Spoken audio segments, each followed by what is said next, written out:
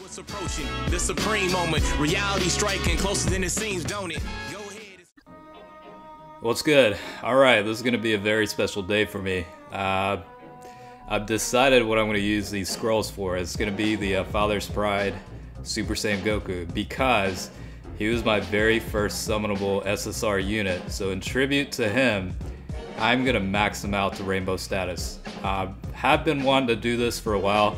This is a great opportunity since he did get the Extreme Z Awakening, finished the grind for that. So yeah, we're gonna go ahead and max him out, unlock all the paths. So I've got 4, and we're gonna unlock all the paths and then just go through the potential system, get every section to 100%, and then Extreme Z Awaken the guy, and we'll test him out. But every now and then I will do videos where I get really excited, and for this one, it has a pretty significant meaning to me because it is that very first SSR that was summonable unit that I pulled. So yeah, definitely a throwback for sure. Now I went with level 9 for additional attack, level 17 for criticals, and I'll talk about that here in a second. But here we go, 100% Extreme Z Awakened.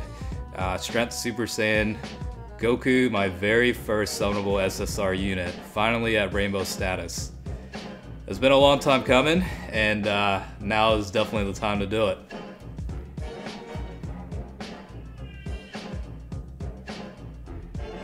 Alright, here we go. Yeah, that definitely looks good. Definitely a proud moment for me. So level 9, additional attack, level 17 criticals, and we'll go through that here in a second. But I want to go ahead and scroll down to the bottom. Excluding the starter deck agility Goku there, you'll see that strength version, and that is the very first summonable SSR that I got. So definitely a lot of sentimental value here. His leader skill definitely did get upgraded.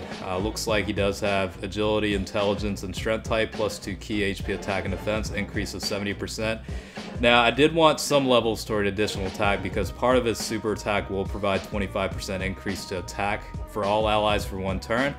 And then his passive skill, his attack and defense will increase by 80%, and key plus 3 if HP is 30% or above. So a very nice passive skill there too. He's going to be able to defend pretty well now. So Link skills, he's got Golden Warrior, Saiyan Warrior Race, Super Saiyan, Kamehameha, and Shattering the Limit, as well as Burning Fight. So I mean, okay, Link skills, it's doable. So let's just go ahead and have some fun. Unfortunately, I don't have the Super Vegito physical type or the new Super Saiyan Blue Evolution Vegeta, so I'm gonna run a mono super strength team, and let's go ahead and test him out. See how he is at 100%.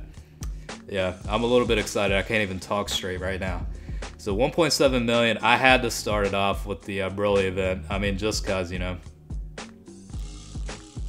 Alright, so I did bring a bunch of guys that Link for the most part link pretty well with him in terms of Golden Warrior and Super Saiyan and Link skills like that.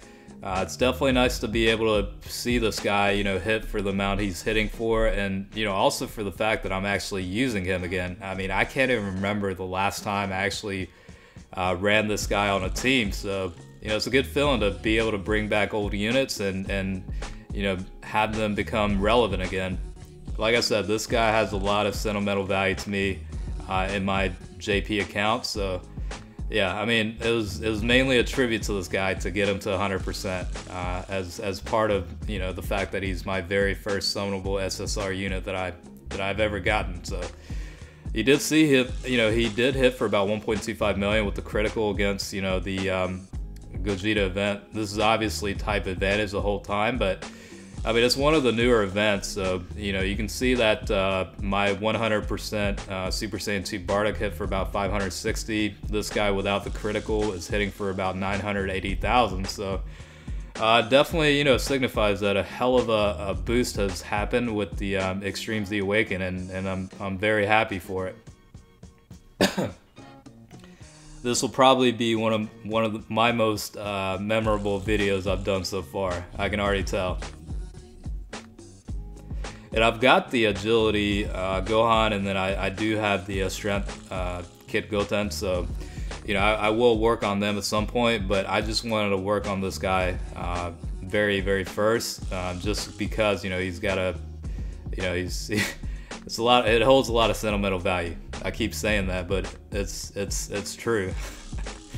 I don't know, you guys probably understand. There's always that one unit, I mean, that, you know, is one of your favorites. It's not the strongest unit in your deck, but it's one of your favorites, you know. So yeah, I mean, 960,000 with the critical against the LR Gogeta, so certainly good enough output. I'll take that, and his defense is what's pretty much what's the biggest added value to this guy. I mean, he's only taking double digits in damage, and you know, we'll test it out on different scenarios and stuff, but this guy, yeah, he's certainly doing pretty well with the test so far.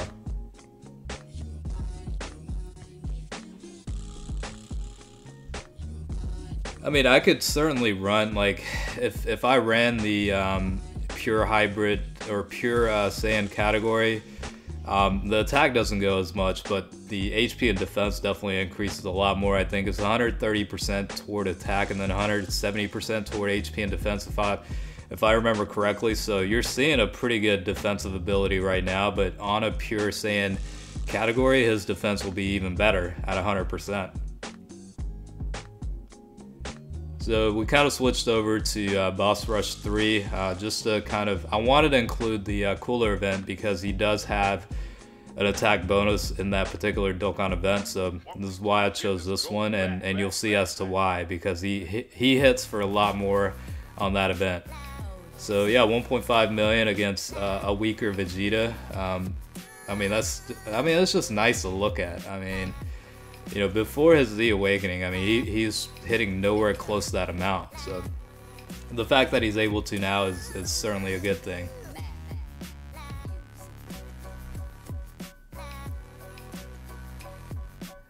And I'm sure you've noticed by now that he's linked up to the Super Saiyan 2 Bardock for the most part. I did that on purpose because they do share the Golden Warrior and Super Saiyan Link skills, and then also Bardock does provide 30% increase to attack for all allies, so just to maximize the Goku's potential, he's pretty much linked up with him the whole time. Now, the Super Saiyan 3 Goku GT version also does provide a 33% toward attack for all allies, so you know, this is what you're seeing right now. This is a pretty good setup. I mean, you're essentially looking at 33% and 30% increase toward attack just from the passives alone, so it definitely does help out.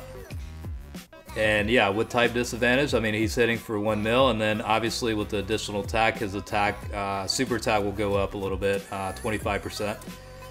So, I mean, it's always good to have a little, you know, levels toward additional attack, hence why I did level 9. I really wanted to go full criticals, but just to benefit a little bit from the super attack skill of increasing allies attack for 25% for 1 turn, I decided to give him level 9. Alright, this is going to be Dokkan mode, and I did choose Naze to attack on, so he does have type advantage. I like to pick on Naze. He's an easy target, so we'll thrash this guy again.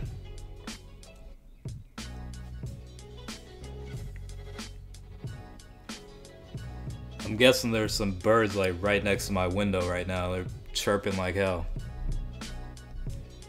Alright, so 5.5 million Dokkan mode. Given this is a much weaker enemy, it's still nice to be able to see that. Honestly, I mean, he wasn't doing that before, so you know, definitely a good opportunity to see him, you know, at his new capacity. Alright, so yeah, this is where he's gonna have, you know, type advantage against Cooler, so you will see a substantial increase to his damage output. You see 3.8 million right there. I mean, it's just nice to look at. I mean, this is why I wanted to do this. I mean, that's the only reason. So don't take it as he can hit for this much. It's more or less tribute to this guy. I wanted him to hit for a high damage output, so this is why I chose this event. Alright, 5.7 million on that one with type advantage. Very nice output. Again, he gets a an added bonus in that event. All right, just keep that in mind. That's not realistic.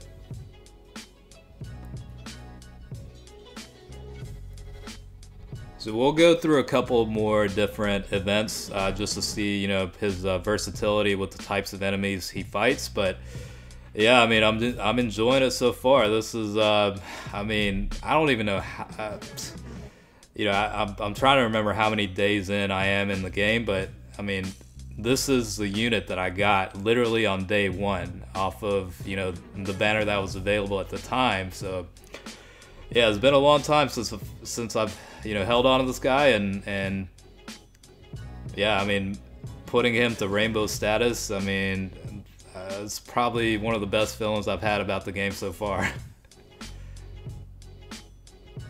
I really like the card design itself too. Before the Dokkan Awaken, I thought it was a pretty nice design overall. So, you know, it's pretty cool, I guess. And yeah, I'm just happy to get this guy to rainbow status finally. All right, let's see how he does against Super Boo. What was that, 1.6 million? Definitely good output there.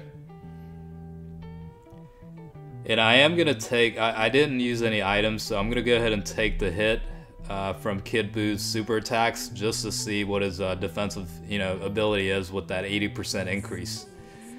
So you're looking at, you know, literally 21,000 from a super attack. Yeah, that's nothing.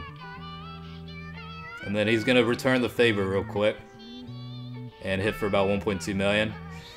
I mean, I guess the alternative to this guy with the potential levels, if you do plan on maxing them out, is, you know, you could provide more levels for an additional attack and, you know, benefit from that super attack skill of, you know, attack increase, I guess. But I wanted this guy to crit as much as he could, so that's kind of why I chose the path I did.